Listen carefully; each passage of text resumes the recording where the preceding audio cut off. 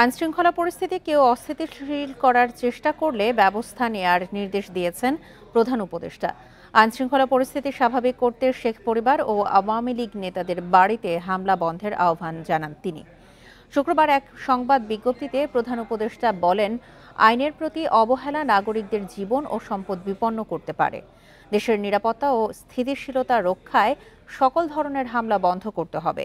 আওয়ামী লীগ ও fascist হাসিনার অপশাসনের প্রতি নাগরিকদের ক্ষোভ রয়েছে, তবে এজন্য কোনো ধরনের উস্কানিমূলক কর্মকাণ্ডের মাধ্যমে দেশকে অস্থিতিশীল করার চেষ্টা করা যাবে না।